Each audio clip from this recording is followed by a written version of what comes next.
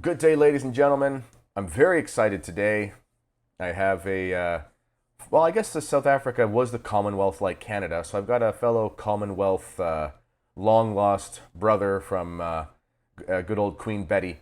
And his name is Lloyd de Jongh, and he is an expert in Islam in ways that I'm sure you have never seen. We're going to get into the weeds here. It'll probably take us 17, 18, 19, 25 hours in order to get through the material. Um, and before we get into it, Lloyd, why don't you introduce yourself and then tell us why you have a very special set of skills that makes you equipped for this information? You've been watching Sam. Yes. Yeah, so thank you for having me on. I'm really, really pleased and very honored that you would consider me. So, yeah, and hello to the audience. My name is Lloyd de Jongh. I'm South African. I live in Warsaw, Poland. I lived 11 years in the Middle East. I worked in national security. So, I worked, I designed critical infrastructure protection systems. So, I did long range, wide area surveillance. I was a contractor working for a US company that designs such systems to protect critical infrastructure from nuclear power stations, military bases, onshore, offshore, as well as airborne systems I was trained on. And I specialized really in land based fixed systems with ground radar, thermal cameras. These were multi-million dollar systems typically. I mean, very, very complex, very expensive systems. So I traveled across the Middle East. I went to a lot of the fun places, and my job was to make sure that crazy jihadis didn't blow things up and kill people. So really, the parameters obviously are of failure are very obvious. There's no sort of middle line that you can only be pregnant or not pregnant, not a little bit pregnant. So by the same token, it either blew up or it didn't. So that was my job, and I traveled across the Middle East. I was there for a long time, and I saw the dysfunction, and I became curious about it, and my experiences and involvement with the people, the places, and yeah, I studied Islam extensively. I got to know the Sharia when they speak of Islamic law, and it is eye-opening, to be honest. And things just snowballed from there. And now I have a YouTube channel, and I talk about these topics. Yeah, make sure that you send me a link to your YouTube. Well, I know it anyway. I watch your stuff all the time, but I'll link that in the description to this video as well. Sure. And the one thing we're going to learn, though, I know we're gonna say this, is that everything you're going to present has nothing to do with Islam. Nothing to do with Islam. The whole point is, I think, Sam and myself, the point is to for people to understand that Islam has nothing to do with Islam. Exactly. And ladies and gentlemen, after you watch this, you should check out his channel though, and his conversations with a gentleman named Sam Shamoun, who I'm also going to have on my channel in the near future. We were talking a little bit, and Lloyd also does incredible work exposing the unpopular history about Martin Luther, Martin Lucifer, as you call him. Lucifer, There's yeah. that's we get on those tangents. We're going to be here until, I mean, it's already 5 p.m. your time. It's 11 a.m. We're going to be here till 5 a.m. your time if we start getting all these tangents. Yeah. But yeah, Also, the check his history of work out. atheism. Yes, I listened to that whole series exposing the history of atheism, which has nothing to do with atheism. Yeah, that's a common theme. Martin Luther has, yeah, that anyway. Okay, so Sam, why don't you, Martin or Luther has nothing to do with Protestantism. You need that's to right. understand this now. This is now becoming a common refrain. Exactly. Yep. And okay, why don't you share your screen and then we will get into it here. Yeah. All right. So have a look at the crescent on top of the mosque and have a look at that. There is a crescent moon on top of every mosque, and they're trying to tell you something. Would you say, Kennedy, that the cross is both historically and theologically significant to Christianity? Of course, you see a cross, you think of Christ. Correct. So, by the same token, the crescent and the star are both theologically and historically significant within Islam. And this is something that we need to understand. All right, so I am going to skip forward here. We're going to skip over this. I'm going to go straight to some. Let's talk about a group called the Sabians. Now, in the Quran, there's a lot of confusion between the Sabians and the Sabians. The Sabians are based in Haran, which is just across the border of Syria, about 20 kilometers or about 15 miles into Turkey. So within the Quran, the context, it could be either, and in some cases, it can actually be both. But let's have a talk about the Sabians. They are a Yemeni group. They're based in Yemen. So the initial thesis is that I discuss Islam from an Ethiopian and Yemeni perspective, an African, Southern Arabian perspective, which has been neglected by scholars. Muslim writer Muhammad Shukri al-Alusi, who died in 1854, born 1802, compared the religious practices of these Sabaeans to Islam in his Bulugh al-Arab fi al-Ahwal al-Arab. And he said that Arabs during the pre-Islamic period used to practice things that were included in the Islamic Sharia. They, for example, did not marry both sisters. They, for example, did not marry both a mother and her daughter. They considered marrying two sisters simultaneously to be the most heinous crime. They censured anyone who married his stepmother. And they made the major Hajj and the minor Umrah pilgrimage to the Kaaba. They performed the circumambulation around the Kaaba. They ran 7 times between Mount Safa and Marwa. They threw rocks, and they washed themselves after sexual intercourse. They gargled, sniffed water up their noses, clipped their fingernails, removed all pubic hair, and performed ritual circumcision. Likewise, they cut off the right hand of a thief and stoned adulterers. These are Babylonian moon worshippers. Yet their practices, as you can see, are essentially identical to modern Islam. So just so people understand, if you don't know what the Kaaba is, this is the structure in Mecca, if I'm not mistaken, where they do their rituals around when they basically circle around it. I don't know. Correct. Hallucinogenic states, perhaps, depending on the way they do it. I don't know how it works, but this is found pre-Islam in the same places. Is that what you're saying here? These practices are identical to modern Islam, but so to provide additional context, the Yemeni religion was a copy of Babylonian moon worship or Sumerian moon worship. So you're looking at Nabonidus, you're looking at what is present day Iraq, but they had, of course, their moon god Shin, right? He had many, many names, but he made his way into the Yemeni pantheon, and it was exactly the same religion, the same gods under local names. So this was Yemeni paganism. Let me continue on this. The Sabaeans have 5 prayers similar to the 5 prayers of the Muslims. Others say they have 7 prayers, 5 of which are comparable to the prayers of the Muslims with regard to time, that is morning, noon, afternoon, evening, and night. The 6th is at midnight, and the 7th at forenoon. In Islam, you have 5 prayers, but also 2 optional prayers. So they also technically can have 7. It is their practice to pray over the dead without kneeling down or bending the knee. They fast for 1 lunar month of 30 days. They start their fast at the last watch of the night and continue till the setting of the sun. Some sects fast during the month of Ramadan. They face the Kaaba when they pray. They venerate Mecca and believe in making the pilgrimage to it. They consider dead bodies, blood, and the flesh of pigs as unlawful or haram. They also forbid marriage for the same reasons as do Muslims. In Bulugh al-Arab, fi Ahwal al-Arab, we read the 4 sacred months, Rajab, Dhul-Qa'dah, Dhul-Hijjah, and Muharram, have been considered sacred during the pre-Islamic period, the Jahiliyyah. Now, the word Jahiliyyah is commonly used to say this is the period of ignorance or the time of ignorance before the coming of Muhammad, and we are no longer in that period. That is false. If you are not a Muslim, you are in the Jahiliyyah, because correctly it means the condition of ignorance. You don't have the gnosis. You are not an initiate into the secret of the religion. Raids, taking revenge, war, fighting, and disputes were forbidden during Ramadan. So they called it Ramadan before Muslims called it Ramadan. Like, that's not the original word. Is that true? Correct. It goes much further back. You can link it even into Iran. So there's even Zoroastrianism that is connected into Islam.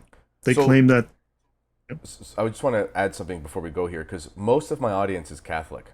So this is really important, because as you and I were talking off air, there has been this train wreck of an understanding of world religions in the Catholic Church since the Second Vatican Council. And you were saying you had read the documents Nostra Aetate, I think is the main one from the Second Vatican Council. And a point of contention in the church, especially amongst traditionalists like myself, has been, it's impossible for me to submit to all the documents wholeheartedly of the Second Vatican Council, because just from a factual perspective, there just seem to be some historical and factual errors. Not about dogma. There's nothing dogmatic about, a Catholic is not bound to assent to a truth of Islam as a matter of faith. That's absurd. But to say that we assent to all the documents, we can't do that if we find a factual error in something that's more like a sociological assessment. And what Lloyd's going to do here is going to show us that this idea that we worship the same God and so on and so forth, this just ultimately isn't true when you do your research. Correct. So I'll now go into Abraham. So we'll talk a bit about that to try to highlight some of this, right? Obviously, we're skipping over a great deal of detail, but the crescent. So the common claim is, well, the crescent, really the Ottomans introduced it and so on in the 1850s. Let's have a look at the origin of the crescent. As you can see here, this is the crescent and the star, which Islam uses today. And this goes all the way back to Haran, Turkey. You can see here Baal Hadad or Baal. This is the Baal of the Bible. This is the very same one. You have a pagan Byzantine coin, and you've got the Hittite crescent moon. These are all also mentioned in the Bible. So notice this pagan crescent and star goes way back. Sometimes it is a disk. It is not always the star. But you've got the same symbolism that goes way back, right? So the Ottomans revived it. So the Muslims claim that it is the symbol of the Ottoman Islamic Empire. Others that it is a pre-Islamic moon deity, but religious symbols are historically and theologically significant. So the cross is linked to the crucifixion of Christ. Therefore, it is logical that the crescent moon is historic and it is theological in Islam. So Islam claims to be the original, true religion of Abraham. But when they say religion of Abraham, they don't, you must understand these groups all have the same vocabulary, but a different dictionary. We say the same words, we mean different things. So Hanif. So Hanif, the plural is Hunafa. This is from the Encyclopedia of Islam. In Islamic writings, it is one who follows the original and true monotheistic religion. In the Quran, Hanif is used especially of Abraham. Abraham was Hanif. Some translations is upright, to be upright, like a pillar. Okay? Islamic usage occasionally uses Hanif as the equivalent of Muslim, and the Hanafiya is the religion of Abraham or Islam. So in Muslim dogma, Abraham was a Muslim. Which is going to make sense because you're going to show that in a sense, that's actually true, but not in the way that we've been told. In the sense of, as you'll show, he was called away from these ancient pagan religion to Correct. the worship of the Most High God. Correct. So Hanif, Arabic masculine name meaning righteous person or true believer, but also associated with the word upright. It is generally agreed that Hanif is derived from the Syriac word Hanpe or Hanpa, meaning heathen or pagan. So they have embraced, just like the word Christians was a derogatory term aimed at the followers of Christ who embraced it, the Jews, including the Messianic Jews as well as the early Christians, called the Muslims Hanpe because they were deviating from the practices of the Messianic Jews and the Christians. In fact, they were deviating from the orthodoxy of the Old Testament.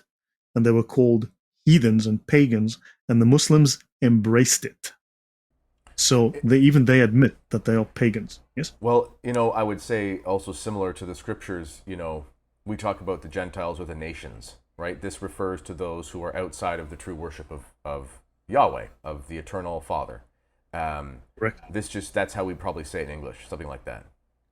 Well, ask a Muslim, they say we worship the same God, and this is a very common refrain. So what I would like you and your audience to do the next time you hear this is to say, okay, can you say your 5 daily prayers in the name of Yahweh?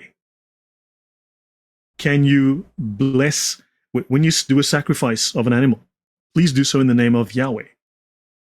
Right? Can you please do any of your prayers, any of your rituals in the name of Yahweh? They cannot and they will not. Right. And this is even more confusing for people because, for example, I have a friend who's Chaldean, and in their language, they will use the word Allah to refer to God in the sense we understand it, because that word in a linguistic sense does refer to it.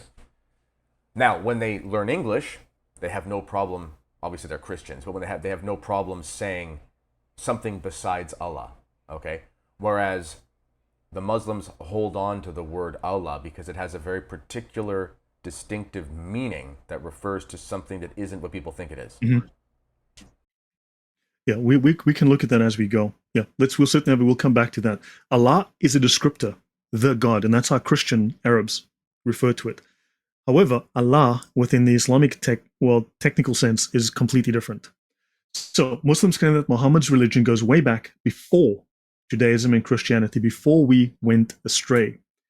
So biblically, this means before the law of Moses was the 7 laws of Noah, at least within the Christian Judaic lineage. Islam has a completely different story to tell. Okay, so now Hanifan, they claim uprightness, but really it is pagan. So be steadfast in all uprightness. Okay, that's Hanifan. But we'll skip through that.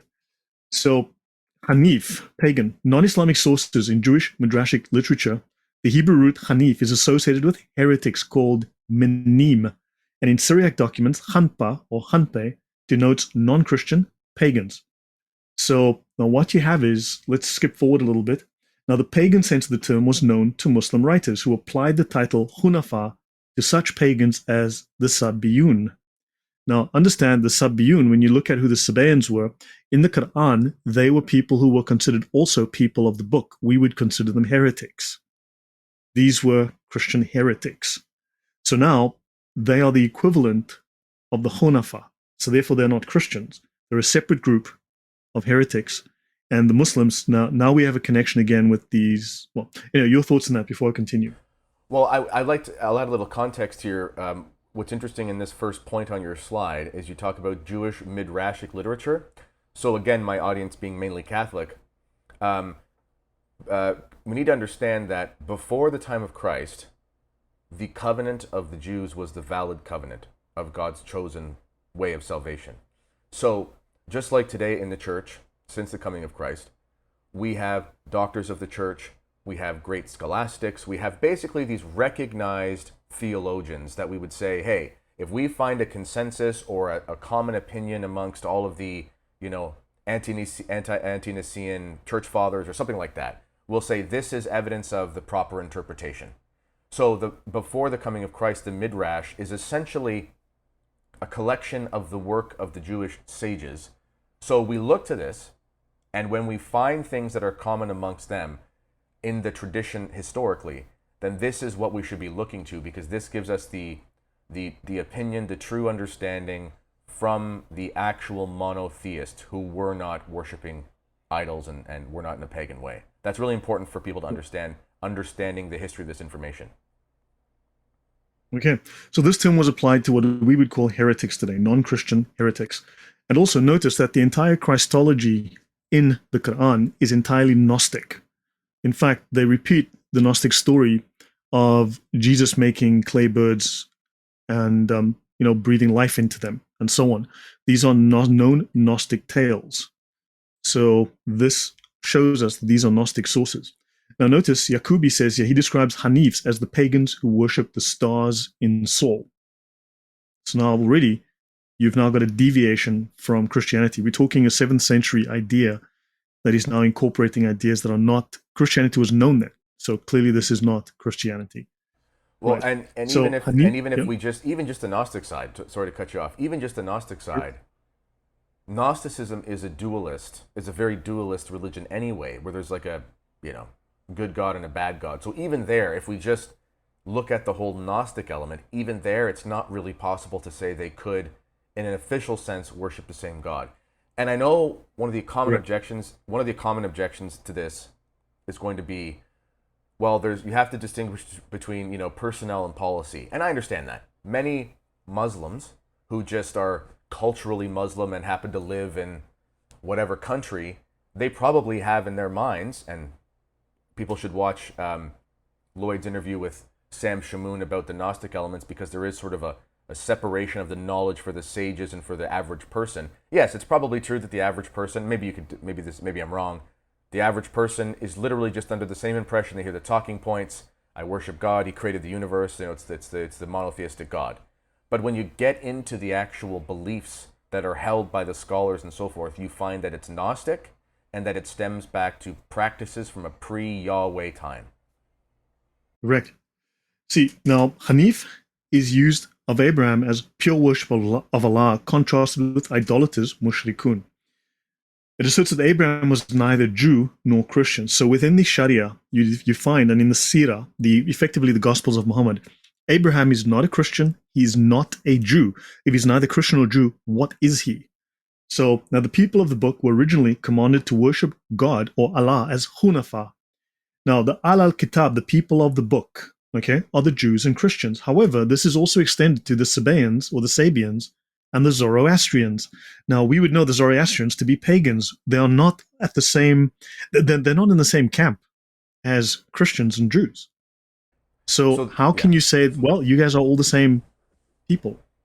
yeah. So basically, and also, Lloyd, would you remind us where all this information's from? Because there will be people who will say, well, this is from 8chan or 4chan, some guy's silly forum or something like that. But you're actually going to the official sources from places like the University of Cairo and so on and so forth. So typical sources that I use, like this is the most popular, this is the most widely read, the most widely owned Islamic law manual in the world called The Reliance of the Traveler. I have an entire collection. I will give you a link to my archive. I've got about 2,000 plus documents in that, which is a huge archive of Islamic material, including material people would find very hard to find on, Islamic law, the Sirah, the Gospels, and so on. For instance, this is the Encyclopedia of the Quran. It is 6 volumes. It's 3.5 or 4,000 pages. These are the top official sources. This one is by Brill, if I recall. Yes, it's from Brill Publishing House. So this is very, very serious academic work. This is also by Brill. This is the Encyclopedia of Islam. It is 13 volumes, and it will cost you about $40,000 to buy a set. And if you want to just rent it, which is cheaper, you'll spend $5,000 a year. So you have an electronic copy. Of course. And so there's one thing too. You mentioned to Sam that you have the tools to do this research, because one of the things I'm looking at your research and I'm like, my goodness gracious, like I would have to do a PhD, spend years and years and years to get to the depth of this. But you have the, so can you maybe just as a side note, is it from your background in security analytics and things like this, security systems, where you kind of have the ability to search in a very particular way? Um, yeah, look, I'm gonna say, when I worked security, your job is you are trying to prevent a crime, but you need to understand how criminals think. So you need to, now criminals, when they want to commit a crime or when they are hiding up a crime, they need to deceive. Your job is to look for subtle clues, subtle giveaways, tiny inconsistencies. So you become adept at scanning an environment and looking for the most tiny little thing out of place. Now, in a real sense, your life depends on it. So you don't develop wishy-washy ideas. You're working on highly developed, highly informed, highly educated gut feel, and you're making clear, distinct judgments, snap judgments on information that is at the level of intuition, basically. But we're not talking fifis. We're talking you are educated and you're experienced and you extrapolate and you're working in real time. So I guess kind of working on that, and then also having to do analysis, like how does this guy think? What's he going to do? How's he going to break in here? How do I stop him? Where do I look? This whole process has taught me a great deal. This software, for instance, let's look up the term Hunafa. So I type in Hunafa into this document, and I've got 134 documents that have the term. I'm just going to narrow this down quicker to search. So, okay, I'm going to go here. I'll click on this one. Excellent. So this software allows me to index within a couple of seconds per book. It'll index what's in the book, and then I can find it. So I've got 2,000 plus documents, and it's now found the term Hunafa. And then I can find additional references if they exist, or then I can cross-reference. See, Makrizi. Okay, now let's have a look for Makrizi, because maybe that's relevant. I mean, I'm just making up a little. Okay, fine. We've got 67 documents that got that guy. Maybe he says something interesting. Then I can cross-reference. And then also, when you learn how to use Google and those things, you learn how to search, what to search for. And I've got other software as well that allows me to index other data. So I've learned how to index data, and it takes a lot of time and discipline. But once you learn the tools, and then also I've got software I pay for. For instance, AI is getting better and better. I've worked technology my whole life. I worked on multi-million-dollar systems. I've run complex computer systems. The AI that can interpret text is getting very good. So I will feed something into the AI and I'll give it a prompt. I will give the AI like a particular prompt. I'll say, I need you to do the following. I need you to work on strict Aristotelian non-contradictory logic. You need to find contradictions. You need to point them out to me. Also, you need to, I tell it how to operate, and then I tell it, okay, so I can feed it a 1,000-page book. And I can say, now, I need you to summarize all the chapters. What are the major points? Summarize chapter 1 for me. Oh, that's interesting. Tell me more about this.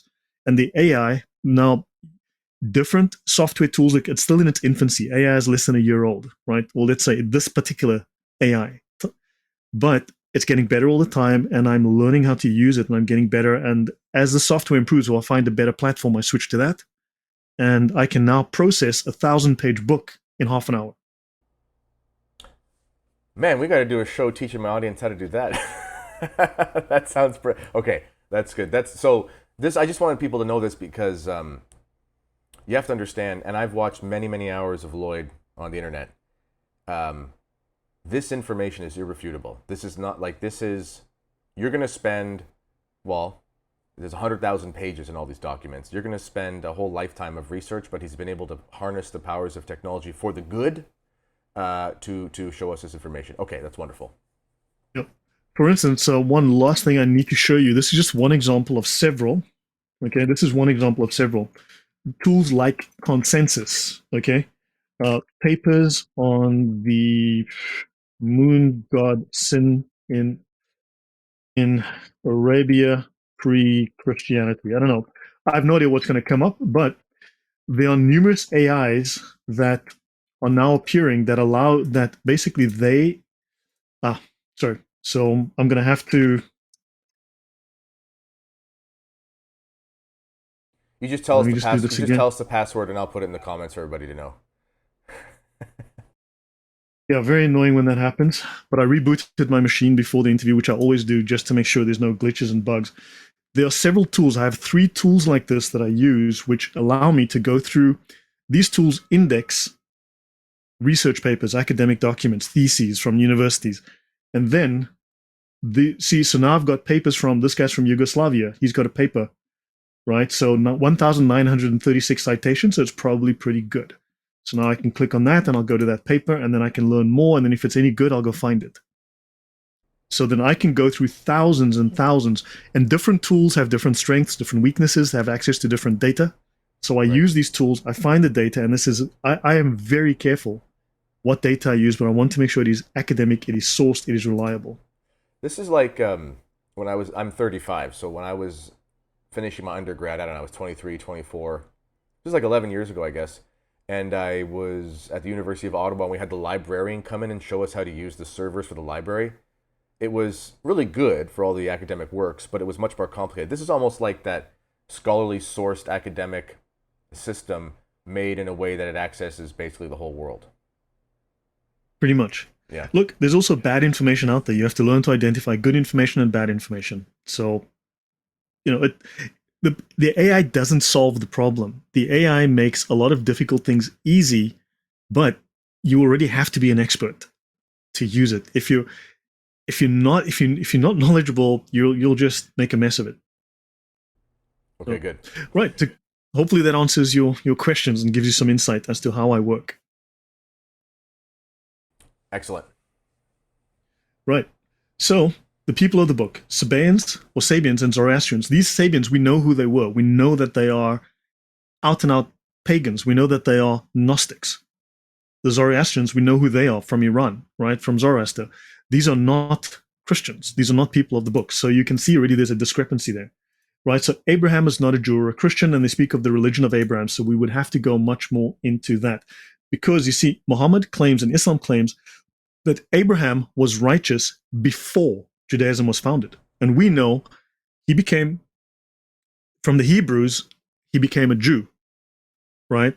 So now he only became righteous when he left paganism and embraced Yahweh. However, they claim he was righteous when he was a Sabian, right? So now Abraham, they say, was Hanif Muslim. So now I need to find another item here. So now we need to have a look at another source. Okay, so now I'm going to show you this slide to show where that goes next. So the word Hanif in the Quran, I use the word Quran because this is the KKK word for their holy book, the Quran, right? And few people realize that before the KKK started to use the cross and then burning the cross, which is sacrilege, the KKK symbol, the original symbol of the KKK was a crescent and a star, which may be familiar to some. And you show this in one of your shows with Sam Shamoon. You actually show they have photos of this.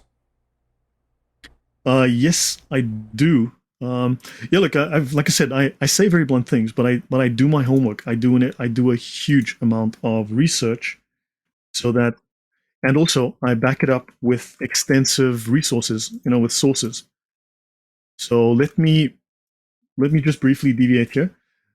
The holy book of the KKK is called the Quran, right?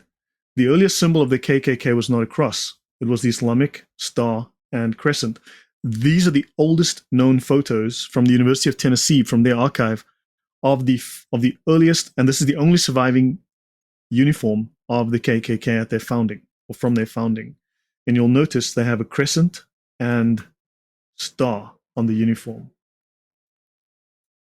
And he's posing in the same pose as Baphomet, which Baphomet, correct. rabbit hole, yeah. Correct. Okay, yeah. So hold on. We'll briefly actually look at that. So since we are, and then I will come back to Abraham. So Baphomet, Sure. let me quickly do this. So notice the same pose: one high, one low, as above, so below. Right? The Hermetic. It's not just Gnostic. There's this Hermetic view as well. But modern scholars agree that the name of Baphomet was an old French corruption of the name Muhammad, with the interpretation being that some of the Templars, through their long occupation of the Middle East, had begun incorporating Islamic, specifically Sufi ideas, into their belief system. Now, we can talk about the Spanish Inquisition at length, and I will state that the Spanish Inquisition, as you know it, is 99% false. Right? So, let's continue. Now, for instance, a very early writer... You mean the information on the Inquisition? The claims, yeah, it's basically. Yeah. Look, I will state bluntly now that the Spanish Inquisition, as it's been presented and as it is known, is a Protestant propaganda campaign, a highly successful one.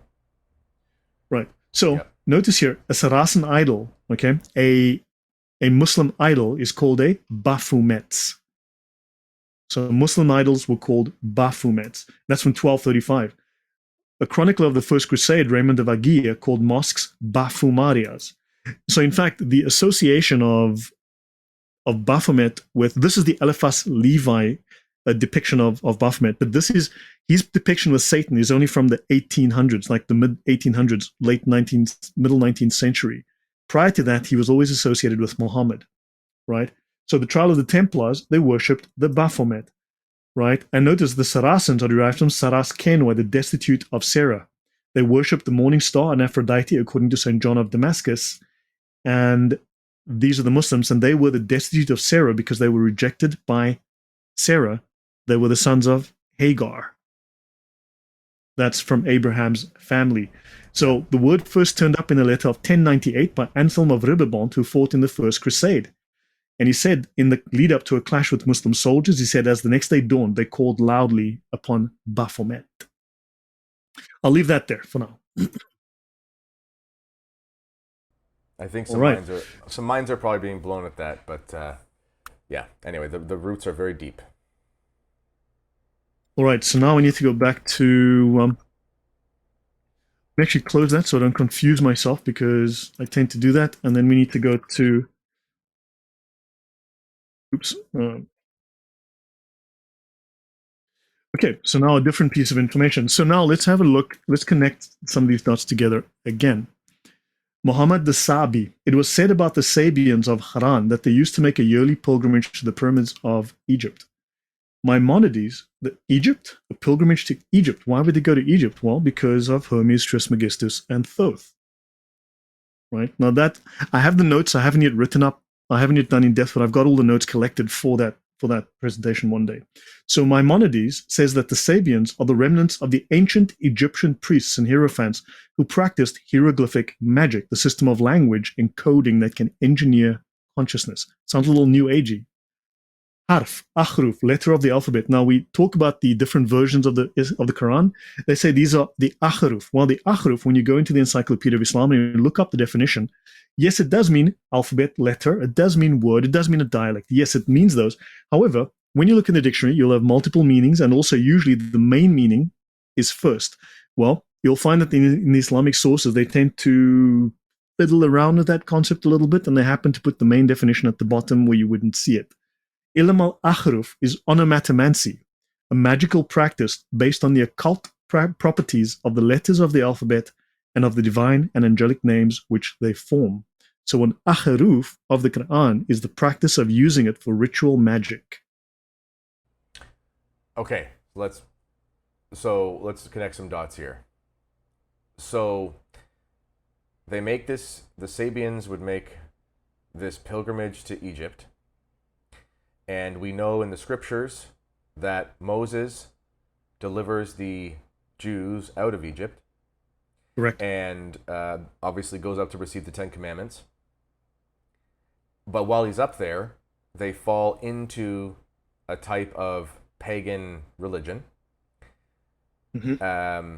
which we would probably assume would be a remnant of this Egyptian, Sabian, etc.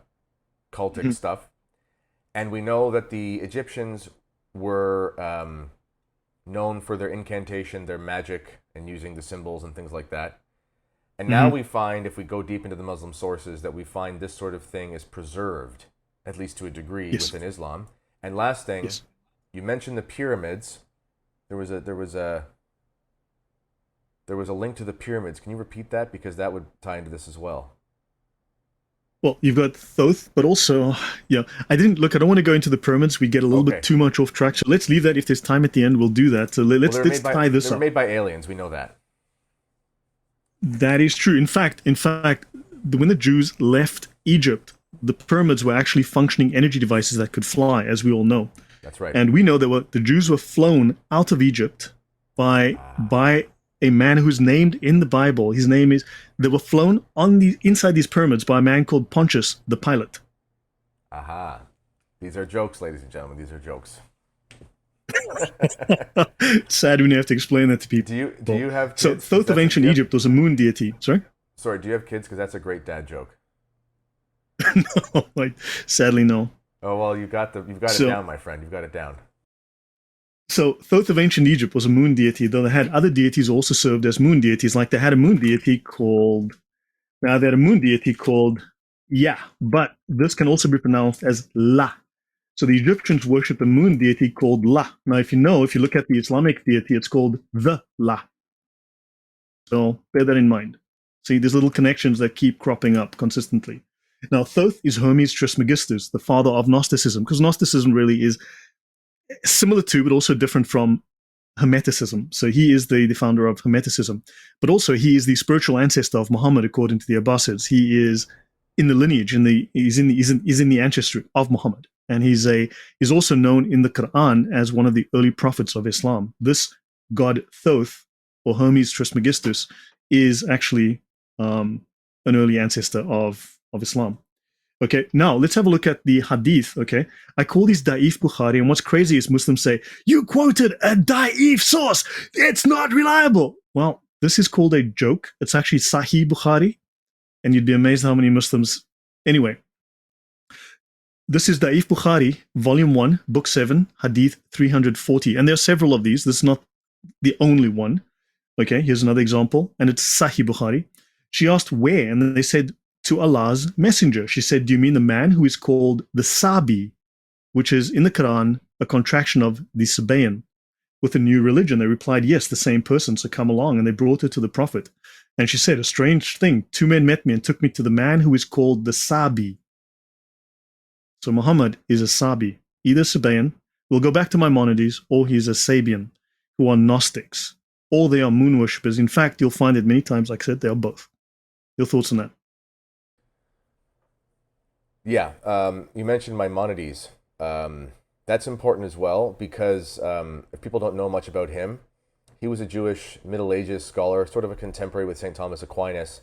And of course, listen, obviously, as a Christian, I don't believe Judaism is Christ's religion in the New Covenant. Nonetheless, St. Thomas Aquinas did say that Maimonides, like he recognized him as being a great scholar, and he providentially preserved the wisdom of the ancient Jews that would have Hmm. otherwise been lost. So he's a great resource for this historical information that we can trust.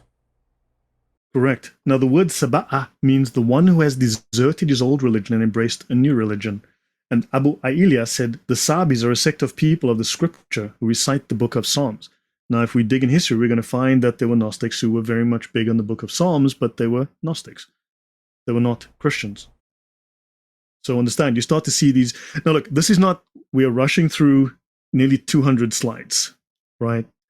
We can't treat all of them, but hopefully you start to see there are patterns and connections, and this is just an indication of what information is available and what does exist. Okay. Now the Quran, this is from the encyclopedia. No, this is from the encyclopedia of the Quran, right? This is 3,500 pages. This is a very, very scholarly tome. The Quran provides the Sabians or the Sabaeans with a religious status comparable to that of the Jews and Christians, but we know that they are Gnostic pagans. Okay. So now, notice, okay, I'll say early in the Christian period, Gnostic movements were quite at home in Syria. Okay, there's the Song of the Pearl in the Apocryphal Acts of Thomas, and Barbelo-Gnosticism, transmitted in the Apocryphon of John. This is also certainly true of the Mandaeans from Manda, Gnosis, or knowledge. The Mandaeans became the Catharis or the Albigensians. These Mandaeans used the name Nazareans, and they are also called Sabians in the Quran. You see the historical links now coming in. This is this linked to Manichaeism? Yes, yes, of course it is. Yeah, most Yeah, indubitably. because I think they say the Albigensians were essentially a rebirth of the Manichaeans who were around in sort of the 300s-400s. Correct. Correct. We'll be talking about that one fine day. Okay. Now, let's have a look. Maimonides. Abraham was Sabaean. Maimonides writes, and he's one of the great, if not the prime, the foremost Jewish sage in terms of as historian, right? Middle Ages historian. It is well known that the patriarch Abraham was brought up in the religion and opinion of the Sabaeans. Oh my, they made a comeback.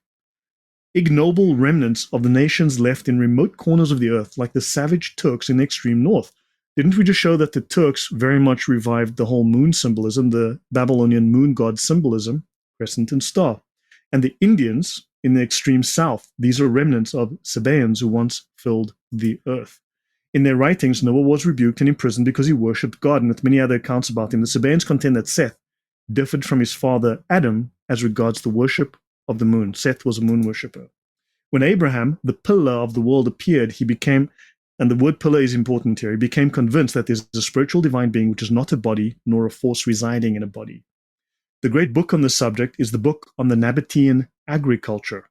Interesting, not the Bible, but so the book is full of the absurdities. So the Sabaeans had their religious doctrines written in a work on agriculture. The book is full of the absurdities of idolatrous people, and with those things to which the minds of the multitude easily turn and adhere perseveringly. It speaks of talismans, of magic, the means of directing the influence of the stars, of witchcraft spirits, and the demons that dwell in the wilderness. There occur also in this book great absurdities, which are ridiculous in the eyes of intelligent people. So Maimonides states Abraham was a Sabaean, and Muslims claim Abraham remained a Sabaean. So their religion is based on Abraham never becoming a Jew. Right, and this is really important if we. So, ladies and gentlemen, think of the. Well, not I don't want to call it the biblical history as if it's different than real history, but think of how we hear of history in the Bible. So we understand there's a creation and then there's a fall from grace, and then after this we see that progressively the world descends into a sort of paganism, um, and we see something like this culminating with Babylon, or sorry, with the Tower of Babel, and then we also see obviously the flood. Why is there a flood? Well, there's a flood because the world. There's a Nephilim conspiracy in there, which the church fathers talk about. But even besides that, there's this acknowledgement by God that essentially the human race had gone rotten and was changing after strange fire, was chasing after demons. Okay, so Abraham being called out of the fallen nature, the fallen race, the fallen religion, This is a prefigurement of the Jews being called to God. This is why he has to call them out, okay? And we see this playing over and over again with Moses being called out Moses is called out from Egypt, which is a home of this Sabian worship, okay? And he goes back and he helps to call the Jews back out of that, which they've mingled with, right? And this is a purification that takes many years. We see this continuing. We see Solomon falls to this pagan stuff, which they also get back and forth with these pagan queens, and we think of Sheba and all this kind of stuff. And then we see that Christ calls the Jews to return to their truth about God, and then calls not just them but the Gentiles to come out of their paganism. So this act of Abraham being called forth from this ancient paganism is edifying to us as Christians, because this is a prefigurement of the conversion that takes place in salvation history. Right. Yeah. So hopefully I've provided, I mean, without having gone through 200 slides, hopefully I've provided some clear evidence of the way that Muslims look at Abraham, the way they look at Christianity, and how he is a strictly pagan figure. Now, they claim to be with one God, but yet clearly they are Gnostic, pagan, Hermetic. It's a syncretism of all of these ideas. Yeah, like, it's pretty clear from what you've shown. And again, Lloyd does a 5-part series on this. I suggest you check out his channel. But I wanted to make him get a bigger audience. I wanted people to see this. If you want to go more in depth from what we've talked about so far, please visit his channel, which is in the links. The shows are called monotheism, okay, which is a play on words, obviously. But it's very clear that this impression of being of the same faith of Abraham, the same God of Abraham, this is true. Mm-hmm. This is a reference. This is like a dog whistle. It's like hiding in plain sight. This is what's amazing about a lot of this stuff. Is a lot of this stuff is hiding in plain sight. So when they say this is the God of Abraham, they're not telling a lie. But they're not talking about the God that called Abraham away from this history, away from this pagan fallen society.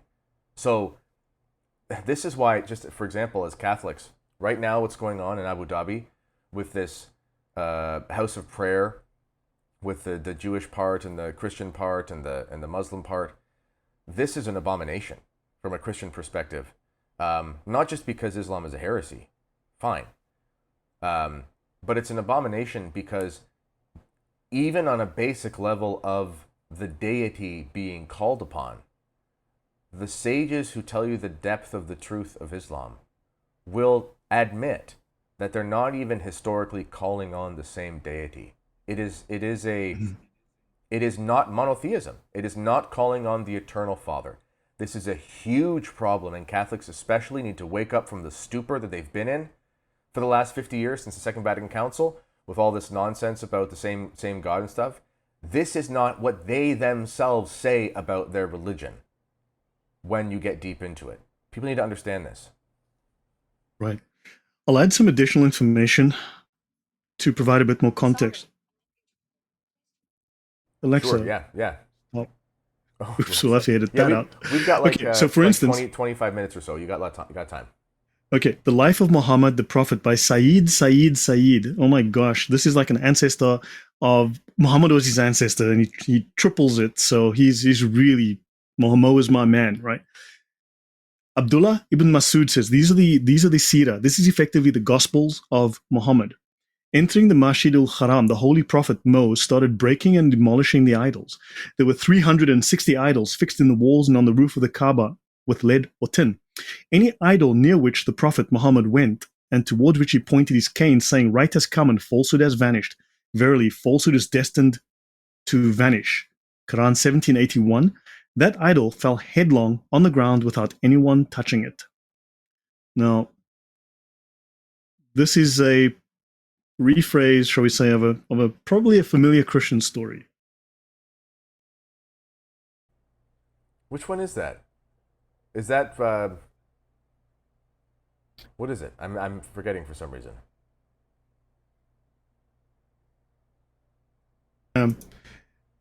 Remember that Abraham went into the shop and he smashed the idols. He told his father the idols had all been smashed. So basically, this is now claiming that Muhammad had these magical powers. He could, using magic, he smashed all the wrong idols. Oh, But the odd thing is that because Abraham went to the shop, his father's shop, who sold pagan idols, and his father, asked him, how did all these idols get smashed? Because he now started to worship and follow Yahweh. Right? So now they're taking this, they're embellishing that story, but Muhammad goes one better. But the weird thing is, if the Kaaba is the oldest religious building on earth, and it was built by Adam, who was 36 meters or 90 feet tall, right? Why did Adam build a building that was like a quarter of his height, which is an odd thing, If you're 20, they say he was sorry? 36. They say he was 90 feet tall. Yes, Okay. Adam was 90 feet tall. Adam was 36 meters tall, give or take. And he made a Kaaba to pray to Allah, which was about a quarter of his height, which is fascinating. Normally is this a building meant for ants? Right? And, right, ask Zoolander, he knows. And you've also got this story that embellishes this thing. So they're going one better on Adam. One better on Abraham. This is in terms of what he does. Like my wife, so we homeschool our kids, and she reads them as part of the curriculum some Greek mythology. This is just like, this idea of a 90-foot tall. This is like the giant stories. She says when Hercules fights the giants and things like this is. It's great literature, but it's not true. Like it's not objective. This is entirely common, actually. Hold on. Actually, wait. You know what? I'm going to show you something. Okay, let me go here. There's a few things we'll try and cover. Okay, this is from a talk that I do called Muhammad, the Seal of the Prophets. So you need to understand who Muhammad is, okay? This is Muhammad, the Seal of the Prophets. Muslims like to say he's the Seal of the Prophets, and I believe them, right? I'm assuming this is what they mean, right? So, okay, so for instance, let's have a look at a few things, right? The messenger was 12 years old. He went with his uncle to Busra in Syria. And so this monk called Bahira, or George, this is the master of all humans. Allah will send him with a message. This is a supposed Christian monk who recognizes Muhammad, sees his prophethood, and he's foretold. When you appeared from the direction of Al-Aqaba, all stones and trees prostrated themselves to Muhammad, which they never do except for a prophet. I can recognize Muhammad by the seal of the prophethood below his shoulder like an apple. We have learned this from our Christian books. Okay? And do not take him to Syria for fear of the Jews. A Christian monk by the name of Bahira lived there. This is the chief of the world and the messenger of the Lord. Allah has sent him with a mercy for all mankind. When he came this side of the pass, stones and trees bowed in prostration. It is mentioned in our scriptures. See? Now, okay, so let me continue. So there's several stories of this type, but now I need to, I'll skip over a bunch of stuff, but I need to get to, okay, let's talk about Muhammad. Let's talk about who Muhammad is in reference to Islam. So this is Shahrastani in the Book of Sects and Creeds, the Book of Religious Communities and Sectarian Creeds. And this is a very early book about different religions in the Islamic traditions. And they're talking here about in the Milal wa Nihal. Long before the creation of the world, Allah took a ray of light from his splendor, of his own glory, and united it to the body of Muhammad. So before the world was created, Allah created Muhammad from his own essence. The Nur-i Muhammadi, the light of Muhammad, saying, "Thou art the elect, the chosen. I will make the members of thy family the guides to salvation." Muhammad said, the first thing which Allah created was my light and my spirit. Now, notice two things. He becomes here Abraham. This is a quotation from the Bible, lifted from the Bible, attributed to Abraham. Which one? I will make the members of thy family the guides to salvation. Right, yeah. And also, okay, just pause here for a sec. So, this is pantheist. This isn't, this idea that Muhammad is made from a piece of, basically a piece of God is essentially what it is. This is what this is. This is in stark contrast to how we understand creation as actual monotheists, actual Christians, because we believe Jesus. He is the same essence as God. Yes, exactly. But even there, it's like there's a confusion here, because He's This is Arianism Jesus. This is Arian Christ. This is I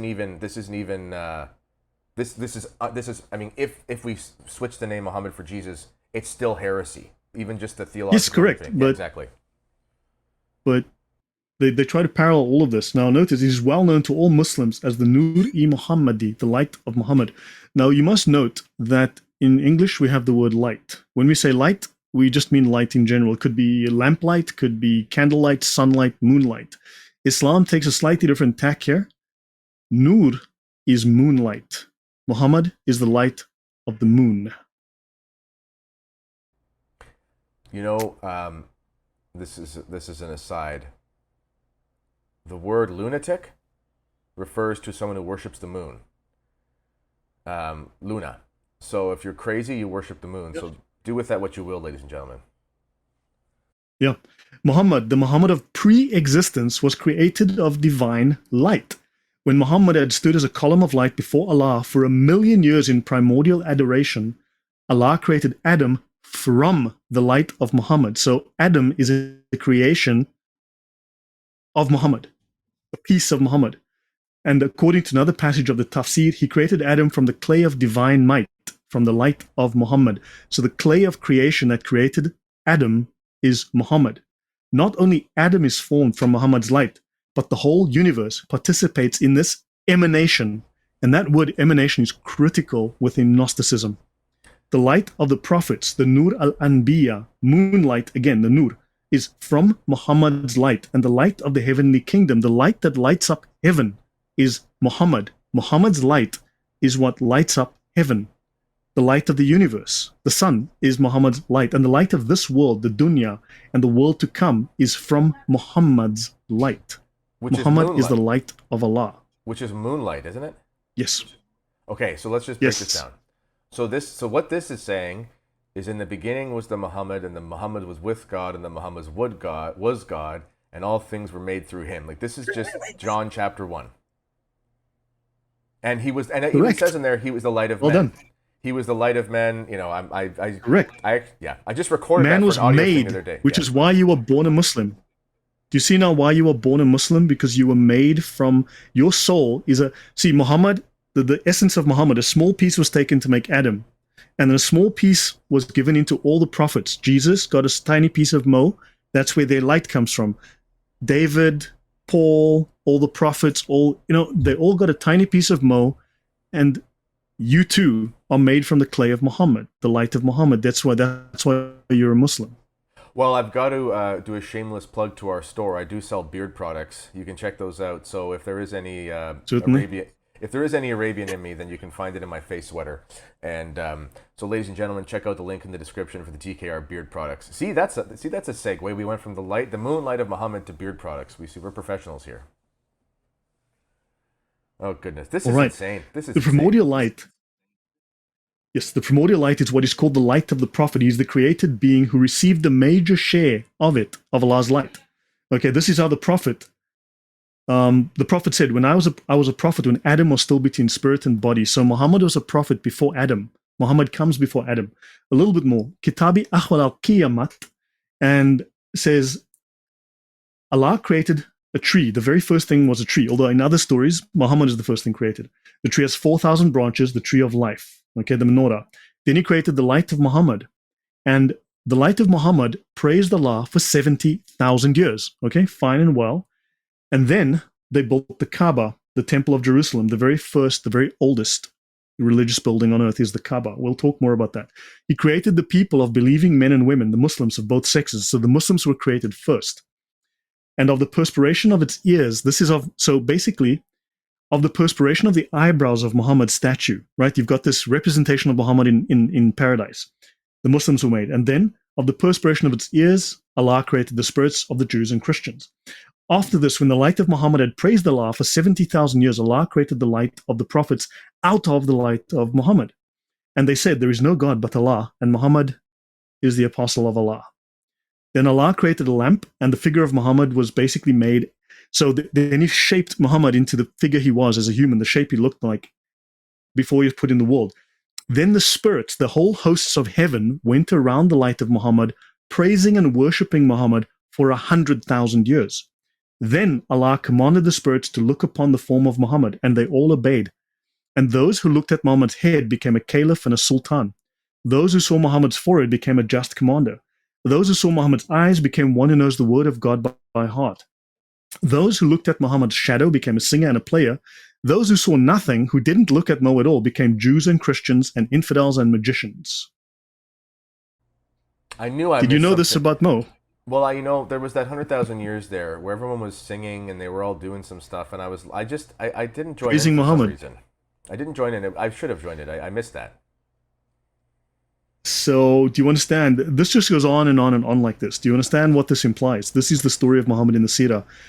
As And much as this, sorry, it is explain illegal for Muslims. Yeah, sorry, explain sorry? again. Explain again. What is this resource so people understand this isn't some fan fiction?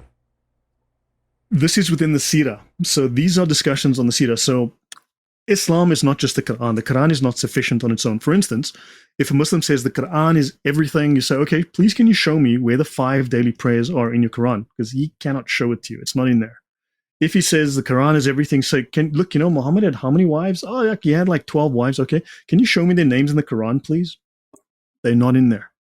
You see? Well, they have to use secondary and tertiary sources. And in fact, these sources have superseded the Quran in most ways. So you've now got the hadiths, you've got the tafsir and so on, and there's a precedent and a hierarchy. You've got the Sharia, which is on the very top. The Sharia is the supreme source, and it is illegal for Muslims to talk to you about it. It is a crime. It is treason for them to discuss the Sharia with you. It is illegal. They cannot do so. It is a crime. Like I said, treason. And then the Sirah is the Gospels of Muhammad, and they do not talk about this because this is what you'll find in the Sirah. Does that So answer? yeah. So where would the average? So okay, like I grew up in a city called London, Ontario. Uh, one of my best buddies.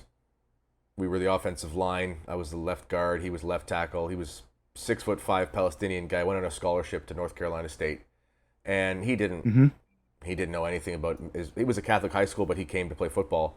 He didn't know anything about Islam at all. Actually, he ended up joining the Canadian military to go fight the terrorists. That was his goal. But the point is he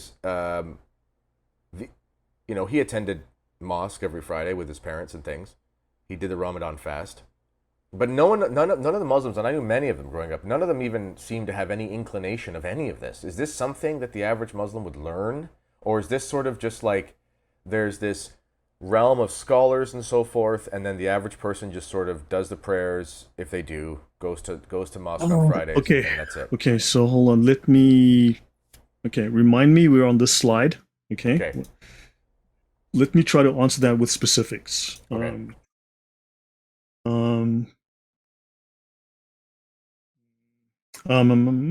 Okay. I need to find a particular page because I need to give you this information accurately. Oh, it's a different slide. I just realized it is a different slide. So give me a moment, please.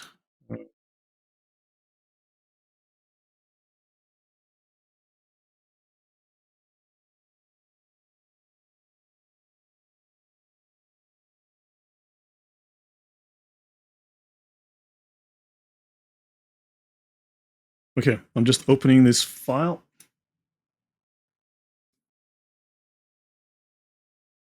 Okay, so it's not an easy, I wish it was an easy question to answer, but it is not. Okay. Islam is a Gnostic religion. It states so. That is explicitly stated in the Sharia. The Sharia is the law of Islam.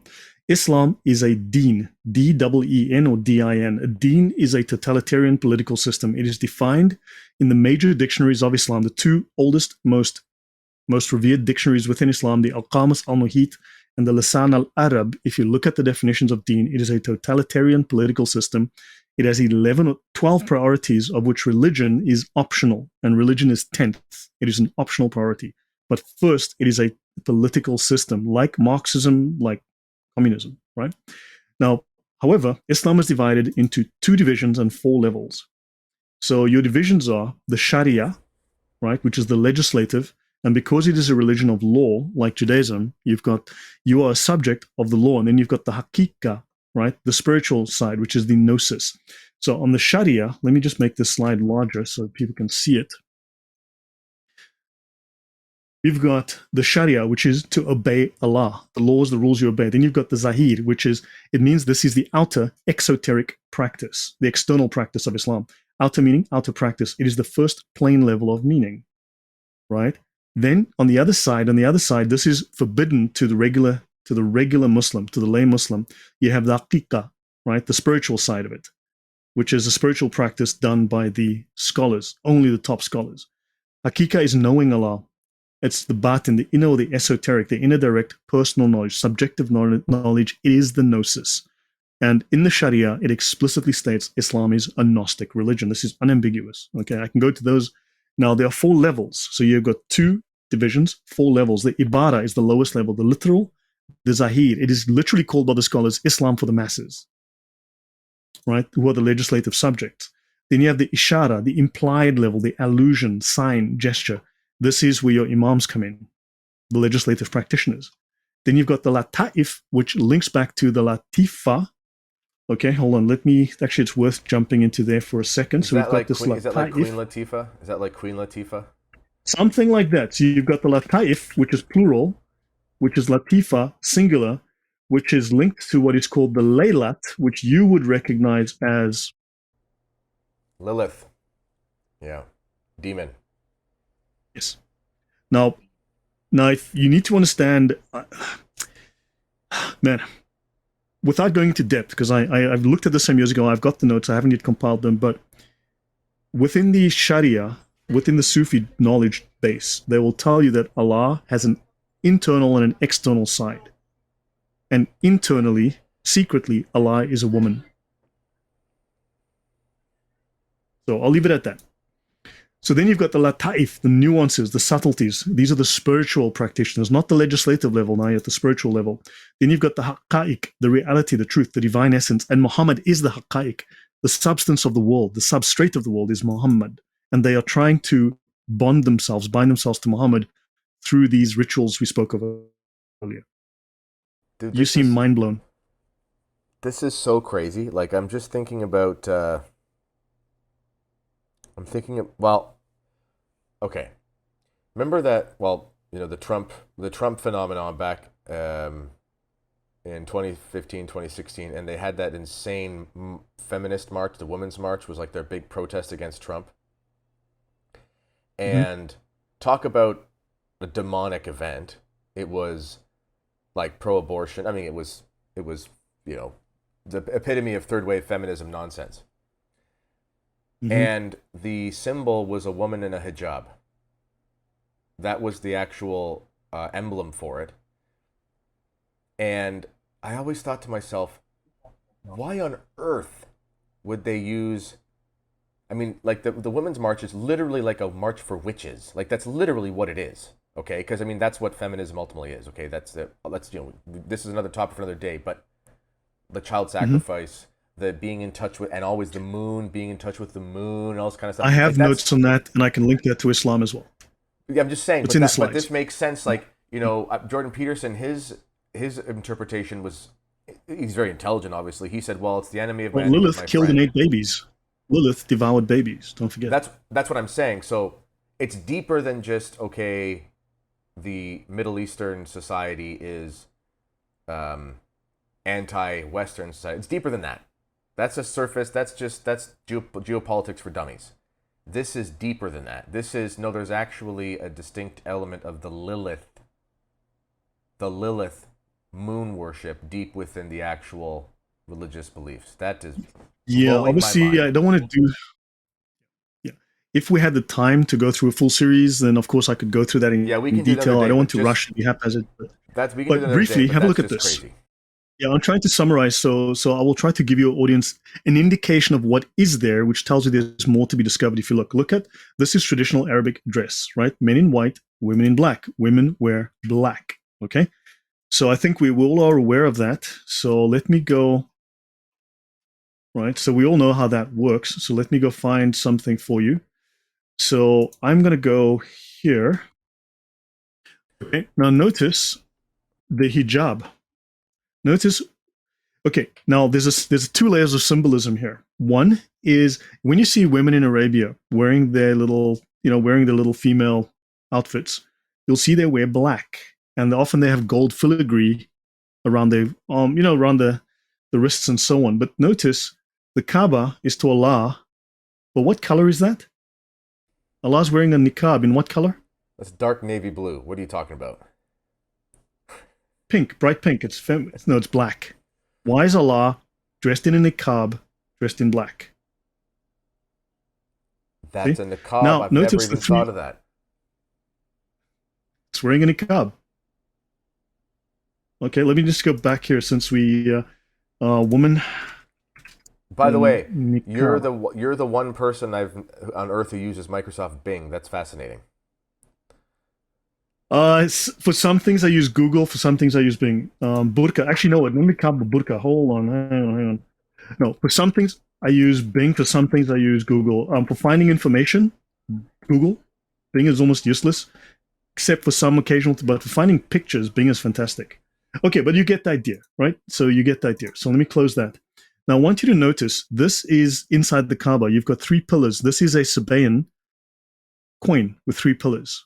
Okay, I don't have time to go into we skipped a whole bunch of stuff, but notice that. Now I want you to notice here, this is a top-down shot from the Kaaba. Do you see the moon here with the stars? Yeah. You see? Yeah. Moon with the stars, and notice the people go around it. Okay? So let's have a look. That's inside the Kaaba. You've got the 3 pillars of the Sabians. Now let's have a look. You see, because the Kaaba is the home of Allah on earth. It is also astronomically linked to Sirius. And when you start to look at Sirius, you now start to get into the star worship that we spoke of earlier briefly. You see what's going on here. And then you start to look. Here is the moon. This is the star Sirius. And here you'll notice is the sun. That's crazy. That's Mecca from above. Do you understand the symbolism? Yeah, that's crazy. Okay, But this has nothing to do with Islam, though. Of course not. Islam has nothing to do with Islam, as we all are well aware. Let me see if I can show you 1 or 2 things that might be. There's so much, but the thing is, I have to give context to some things. If I say some things, it doesn't help if I don't have prior context. So yeah, finish this thought, and then let's do the Salem thing, and then we'll end for now. But let's talk briefly about this then. Okay, this is the pagan moon religion. In other cultures, the moon was female, the sun was male, but the genders are reversed in Arabia as they were in Babylon. Right, so the moon is masculine, the star is the sun, or the child of the sun and the moon. Okay, they fast from moon to moon. Islam has a lunar calendar. Islam mosques all have pagan crescent moons, stars and moons. Okay, all great and well. You'll see lots of photographs glorifying the moon above the Kaaba. Right, this is very, very popular. You'll notice this kind of symbolism here. The biggest moon symbol, the biggest clock in the world kind of thing at Mecca. Okay, the moon aligns directly above the Kaaba and Mecca's Grand Mosque. You've got 2 pillars, you've got the moon. This is very popular for them. This is great stuff. This is all Babylonian symbolism here. And then, of course, you've got the very same symbolism here. You'll notice the same bull symbolism, and this is Moloch. And then we can go into Moloch, okay? The Kaaba doors has a sun symbol and a moon symbol. You'll notice the sun and the moon symbolism. And then I need to go into, and then there's one more slide I'll go to okay, so this is a Silam. I want to show you a Silam. There's 2 slides here. This is a Silam. A Silam this is a 9,000-year-old shrine. Remember, Abraham was told thou shalt not worship graven idols. These are graven idols. You're looking here at a graven idol, a 9,000, and this is another graven idol, a standing pillar, a pillar. Abraham was told not to worship pillar stones, not to worship graven idols, okay? This is from the Neolithic period in Jordan, you can see here. Okay, and now I need to go again. Now I need to find another page, which I will show you. Hopefully this will start to tie together. Okay, and Salam. Okay, and so we are told now in the Hebrew, in Strong's dictionary, Hebrew H423 and H422, I believe it is, that the word Allah means curse. Which dictionary is that from? The term Strong's dictionary, the Strong's dictionary, Strong's concordance. Strong's Concordance of the Bible. Oh, right. The concordance. Yes. Okay. Allah means curse. Okay? Now, thou shalt not make unto thee any graven image. Now, Salam is the root of Islam. Muslims will tell you Salam comes from salam, brother. It means peace, salam alaikum, and all that. But Salam, the earliest meaning of it is graven idol. They somehow always forget to tell that to you. We are often told that the Arabic Salam, Islam, okay, that's what Salam equals. It's a common Semitic word in Strong's Hebrew 6754 and 6755, but it means image, heathen gods. In 2 Kings, okay, Daniel, and so on, you'll find that. But Salam is the earliest known form, is in the name of Shalim, the ancient god of dusk, Venus, the evening star. So we should also mention people, these ancient Semitic languages often didn't have vowels. So, people are thinking, oh, you just got 3 letters there. No, like there is no vowels, and that's very important to remember, that these are actual words. It's not just sounds. Yeah, these are the root letters. These are the root words. Now, in the Akkadian, Salamu means inscribed, graven image, or statue. And don't forget, Islam claims that Arabic is the language of Allah. Prayer is only valid in Arabic, right? Because the earliest language supposedly is... actually, there's one last thing I'll do, then we can... but they claim that this is the language of Allah, Arabic. But, okay, Aramaic and Syriac, Salma means image, idol, right? Found in Nabatean, Palmyrene, Hatra in northern Mesopotamia, and Silam is often an object dedicated to a deity. But can you see that the earliest root use of Silam is for graven idols? This is where Islam, this is the root of the word Islam. See, this is something, just to get on my Catholic soapbox here for a second, this is something that critics of Catholicism are so ignorant about, is they call us idol worshippers because we pray the rosary or we have a statue or something. And you mentioned this in one of your talks with Sam. Idol worship. So, idol worship does not mean that you think that thing is the god, that totem pole is the god. It's that you believe that there's a deity that's localized to a place. So, if you have a religious picture or statue or image, as long as you don't believe that your house is the home of the Virgin Mary because she lives there as a goddess, then it doesn't matter if you have an idol. Yeah, that's not an idol worship. It just categorically can't be that, even if you apply the most loose meaning of it. Yeah. Correct. So Gesenius, Hebrew, well, that's a video on my channel called The Logic of Idolatry on my channel. It's only like 5 minutes long. So you see in Gesenius, Hebrew Chaldee lexicon, Silam is used of anything that is vain, as referring to Psalm 73:20, an image or likeness, an idol. See, a graven image. And then I want to bring this up. Now, The Foreign Words in the Quran by Arthur Jeffrey. I can link you guys to this as well. I went through his book. It's 1938 or 1939 printing, so it's out of date. There are more words now. But you'll notice, I'll go down to the bottom here. The Quran has about 77,430 words, of which 14,716 are unique, but there are at least 2,059 foreign words. Okay, and let's have a look. The most common, we just saw Syriac, Aramaic, Hebrew. We just saw those words. Now notice, 382 Syriac words, Aramaic. They're effectively the same language. You have Hebrew, Greek, and then Ethiopic. And then to Ethiopic, you can add Amharic. And there's even more. I've discovered there are even more Ethiopic words because for 15 years, when they fled from Mecca, they went to Ethiopia. And they, of course, they adopted a lot of Christian ideas, and then they joined Muhammad in Medina. So that's where this Ethiopic influence comes from. So Arabic is made up of, let's count this. It says here in 55 different languages. Yeah, this is what I'm gathering from this ultimately. Like, this is a hodgepodge. I mean, there definitely are some specific sources, but this is like it's like a collection of every possible myth and heresy, and that even is found in the actual linguistic structure of it. Obviously, there's an Arabic that people use. I get that, and there's nothing wrong with a language having many roots to it. Obviously, I speak Spanish, French, and Italian, and obviously there's sharing of various words in those languages. Okay, fair enough.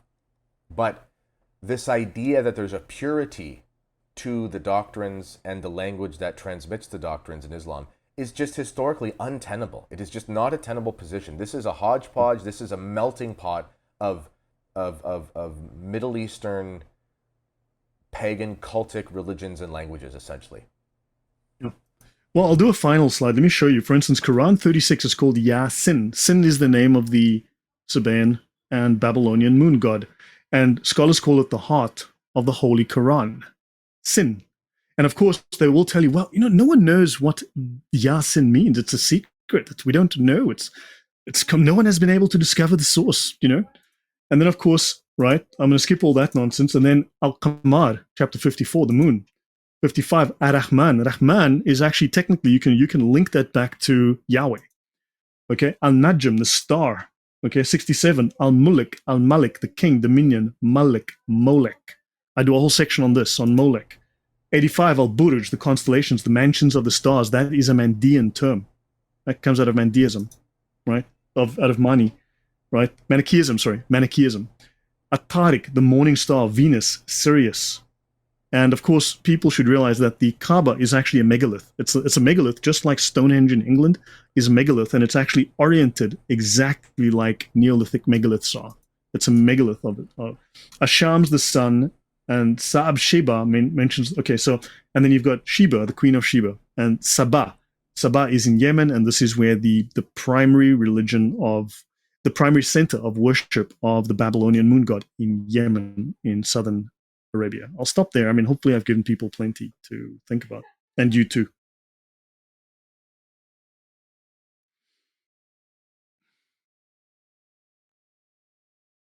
Sorry, I was muted there. Yes, okay. This is amazing. And, ladies and gentlemen, we just scratched the surface of this. Lloyd is in Poland, so it's 7:30 or so. Do you guys eat dinner, or 6:30, I guess? Do you guys eat dinner late, like in other European countries? Is it like a late dinner time? I'm from Africa, so I'm used to eating once a week.